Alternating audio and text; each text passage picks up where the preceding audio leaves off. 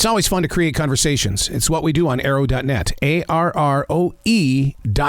All right, let's play it forward. These are real people, real stories, the struggle to play it forward. Episode number 408 is with baseball's biggest and greatest fan, Zack Hample. I am great, and I'm glad to talk to someone in North Carolina where I went to college. You did? Where'd you go? I did. Guilford College in Greensboro. Greensboro's a great place, man. Good party town. I had so much fun there. All right, so I've got to ask you, since you have those roots in Carolina, did I see the Charlotte Knights baseball field in any of your videos? Have you caught balls there? I have not, but hopefully someday I will. I hope so too, because I would love to get your insight. Because I mean, you've not everybody can say that I've been to every single baseball field, but you have taken that journey, and I swear you have found victory everywhere. Yeah, and I have not been to every minor league stadium, but I have been to every major league stadium multiple times.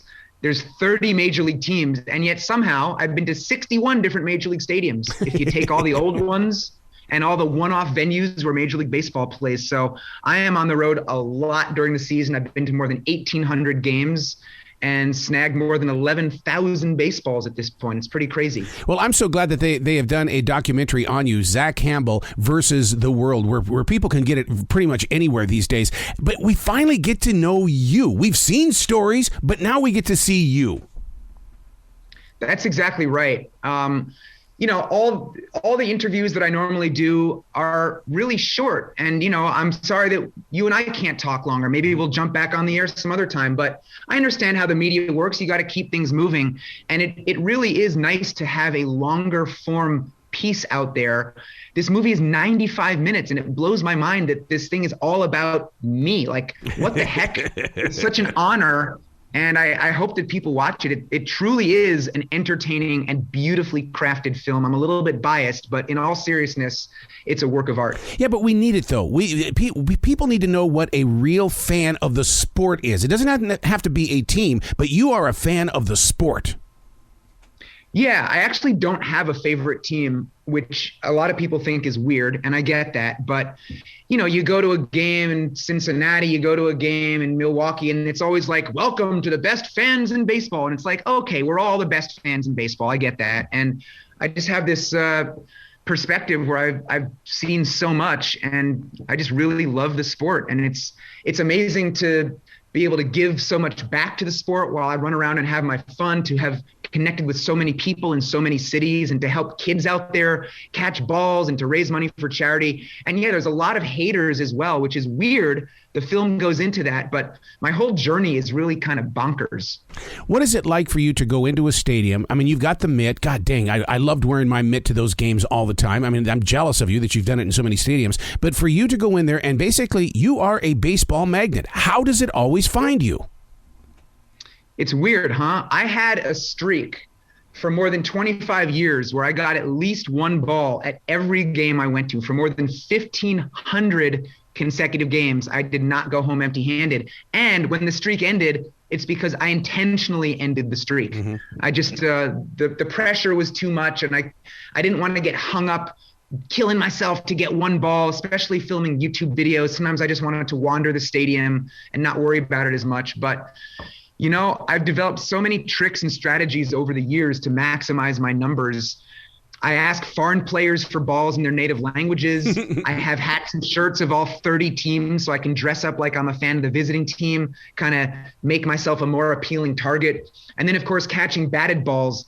There's so many strategies for that. Looking for the walkways, the standing room, the tunnels, the empty rows, figuring how balls are going to deflect when they bounce off the scoreboard above you or the facade of the second deck, and how much space is there between the bottom of the seat and the steps. So if a ball's rolling down an empty section, is it going to stay in the row or is it going to end up in the first? Like, it's really crazy how nerdy and specific I get with this stuff. Do you ever have the fear of what happened at the Chicago Cubs game where the fan of the game put his mitt out there and that interrupted their flow of going to the World Series? Do you have that fear?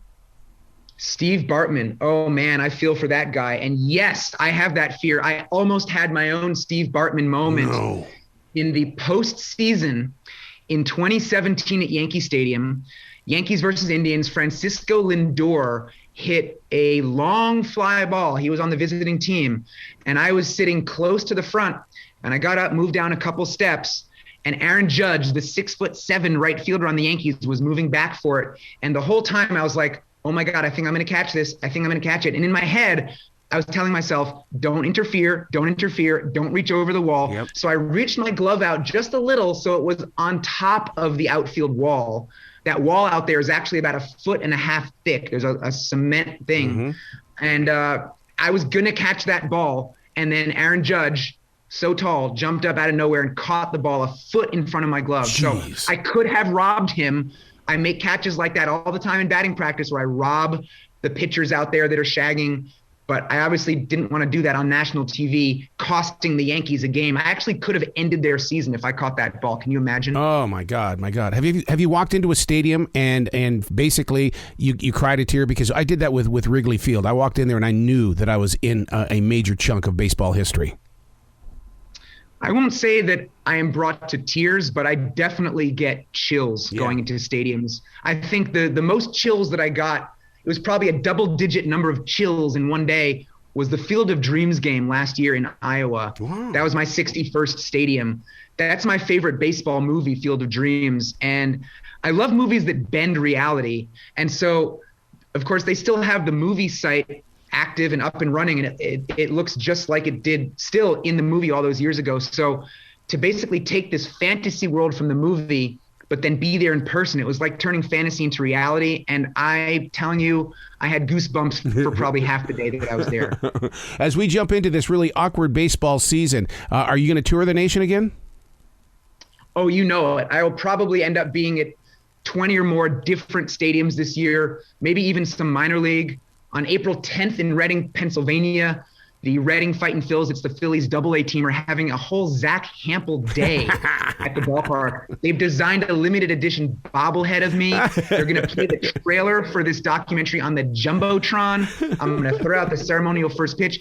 So, you know, I normally do major league games, but sometimes I have big things in the works for the minors, and I'm going to be all over. I'm probably going to post at least 50 or 60 videos on my YouTube channel, so people should definitely search my name there, Zack Hample.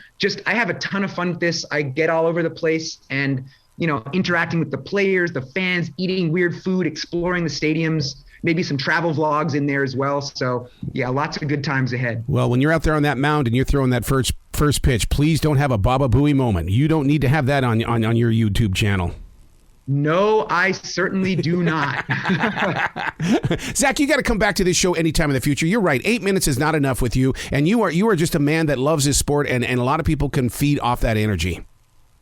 Well, I really appreciate that. I would be delighted to talk to you for any amount of time at any time. So let's be in touch and we'll make it happen. All right, man. You be brilliant. All right, guy? Thank you. You too.